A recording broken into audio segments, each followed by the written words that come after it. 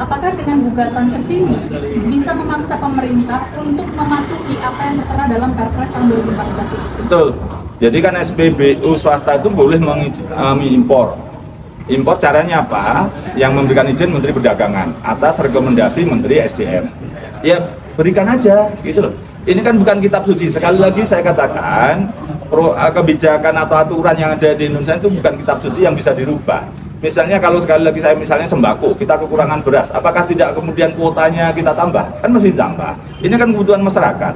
Masyarakat sudah merelakan dirinya membantu negara dengan apa? Tidak mengkonsumsi bahan bakar minyak bersubsidi yang ada di Pertamina, SPBU Pertamina, dengan berpindah ke SPBU swasta. Ini kan bantu negara, mengurangi subsidi. Nah, kalau cuman membuka keran impor lagi aja apa susahnya sih? Gitu loh. Sebenarnya ini kan bukan kitab suci, apalagi cuman rekomendasi gitu.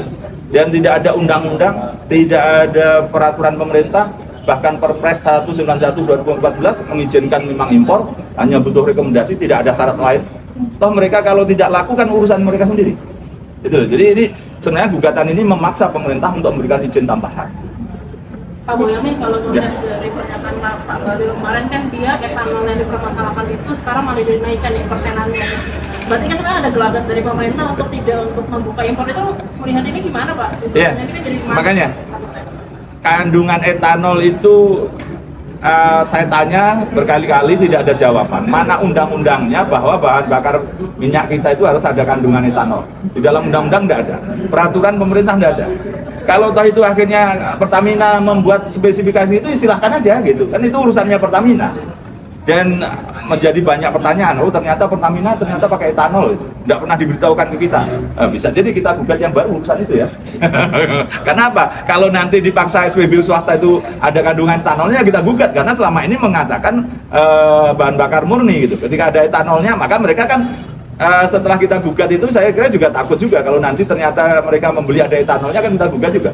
Misalnya ini satu permasalahan kebuka juga ini bahwa ternyata ada etanolnya. Etanolnya juga bisa jadi yang dicampur sejak di luar negeri. Padahal kita produsen etanol, kenapa tidak dicampur di dalam negeri? Misalnya begitu, macam-macam itu pertanyaan, hal-hal demikian. Banyak hal yang terbuka gara-gara gugatan ini, gara-gara kelangkaan terus kita gugat banyak terbuka.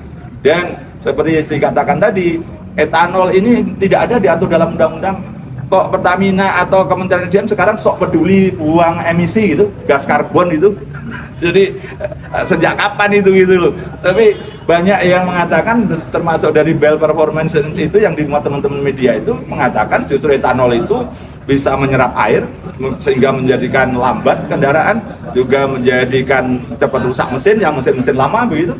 Dan kemudian sebenarnya ini kalau di perusahaan-perusahaan tambang juga komplain ketika pakai biodiesel itu karena menjadikan lambat performa mesin-mesinnya gitu. Jadi kita nanti nggak tahu nanti apakah ada gugatan konsumen lagi yang kita endorse itu bahwa kalau pakai etanol yang tidak diberitahukan kepada kita, apakah itu termasuk juga sesuatu yang menipu kita gitu. Tanda kutip lah ya, dugaan menipu lah.